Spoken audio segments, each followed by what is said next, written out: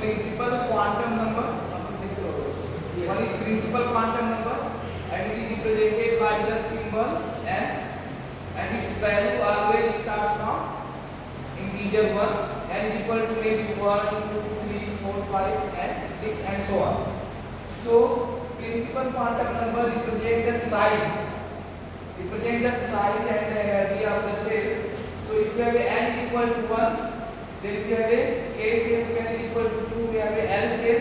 If n is equal to 3, we have a m cell. If n is equal to 4, we have a n cell. Also called as first cell, second cell, third cell, fourth cell, and so on. So this is the first cell. For first cell we have n is equal to 1. For second cell we have n is equal to 2. For third cell we have n is equal to 3.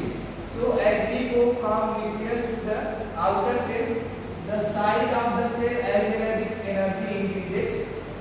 The size of the cell as well as its energy increases. So principal quantum number always represent the size and the energy of the cell. Now we have a second type of quantum number that is called as azimuthal or subsidiary quantum number. Azimuthal or subsidiary quantum number, and it is represented by the symbol small l. So l always depends upon the principal quantum number n. So for a given principal quantum number n, l have n values, and its range is starting from 0 to n minus 1. So here we have a principal quantum number and we have a azimuthal quantum number l. So for a given principal quantum number n, we have a l equal to 0. For n equal to 2, we have l equal to 0, 1. For n equal to 3, we have a l equal to 0, 1, 2. That is, the azimuthal quantum number may be 0, 1, 2, and 3. So here we have a value of azimuthal quantum number, and here we have a name of the subset. So if you have n equal to 0, then it is called S subset. If n equal to p, then it is called P subset. If n is equal to 2, then it is called D subset. And if n is equal to 3, then it is called F subset. Now, so azimuthal or subsidiary quantum number represent the type of subset. It represents the type of subset and their shape, and also represent the shape of the subset. Now here we have a S subset, now here we have a P subset, and here we have a D subset. Now the shape of the S subset is spherical, and its structure can be written like this. And here we have a P subset, and its shape is dumbbell. And here we have a D subset, and its shape is double dumbbell. Now we have a third type of quantum number that is called as magnetic or So we have a third quantum number that is called as magnetic orbital quantum number, and it is represented by the ml value. So ml, that is called as magnetic orbital quantum number, depends upon the principal quantum number as well as azimuthal quantum number.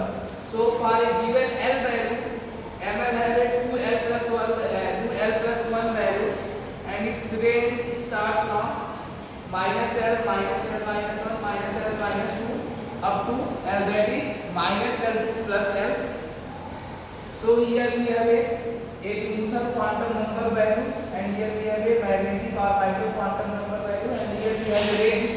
So for a given l value, which is 0, so we have a ml equal to 2l plus 1, that is 2 into 0 plus 1, and here we have a ml equal to 1 value. So its range कहाँ से start होगा? So its range starting from minus l2 plus l, so we have a only one value which is 0.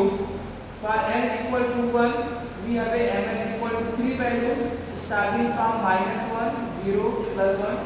And if n equal to 2, we have a ml equal to 5 values starting from minus 2, minus 1, 0, plus 1, plus 2. And if we have n equal to 3 values, so we have a total ml value 7 values starting from minus 3, minus 2, minus 1, 0, plus 1, plus 2, and plus 3. ये problem चलता है So magnetic orbital quantum number represent the orientation of the orbitals into the space. Orientation of the orbitals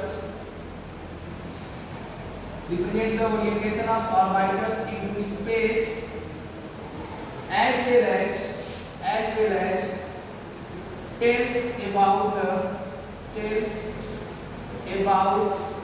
the number of orbitals possible in a given subset, number of orbitals possible in the given subset. So magnetic orbital quantum number represent the orientation of the orbitals into the space, how the orbitals are oriented into the space, as well as for a given subset it also tells about the number of orbitals. So for a given subset, for a given S subset, we have a number of orbital possible equal to 1 orbital possible.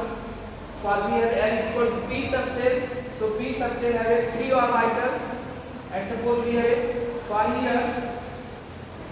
here so we have a S subset, so S subset have only one orbital, P subset for P subset we have a NM value 3, so we can say that P subset have a 3 orbitals, and for D subset which is N equal to 2 we have a 5 orbitals, and for F subset we have a number of possible orbitals which is 7 orbitals. So S subset have only 1 orbital and it can be represented like S. This is S subset.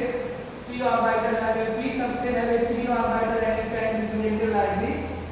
And D subset have a 5 orbital and can be represented like this 1, 2, 3, 4, 5. And D subset have a 7 orbital can be represented 7, 1, 2, 3, 1, 2, 3, 4, 5, 6, 7. This is 5 orbital, 1 orbital, 3 orbital, and 5 orbital and 7 orbital.